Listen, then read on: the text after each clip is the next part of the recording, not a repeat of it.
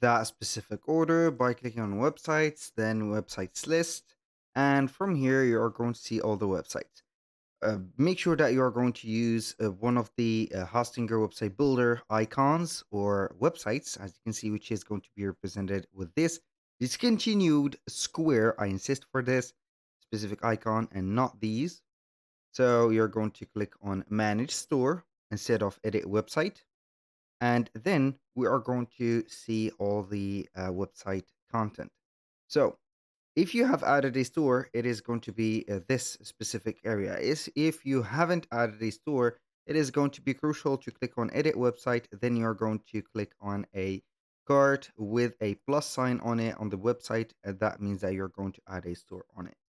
Also, you can do this process when you are going to be on the website editor, and it is going to be very easy.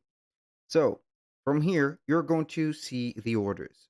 In our case, I haven't received a order yet because I am not on the e-commerce or the business plan. So I'm not going to be allowed to add payment methods. And also I could not, or I am not going to be able to receive some of the orders. So here I have some illustration photos that will show you some of the orders in here. So as you can see, normally you're going to see your orders and then you're going to see the unfulfilled order. Then you're going to click on it. After you have clicked on that order, I'm going to change the image. You're going to have here the possibility to change the fulfillment of the orders and etc. And now you're going to see the order as it is.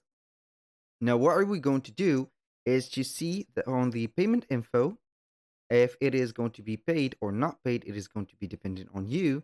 Click on View Invoice. When you click on View Invoice, basically you're going to have this image instead. So you can go ahead and download the invoice, print it, or send it. So with that, you have created the invoice.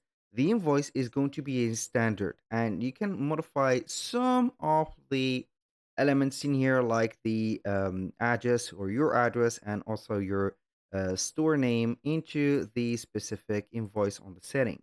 So you're going to head over to settings, click on invoices, and then you're going to see that we have the title, also the invoice next number.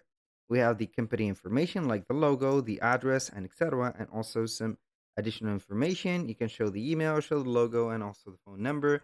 And this is an example of the invoice, as you can see for the reviewer.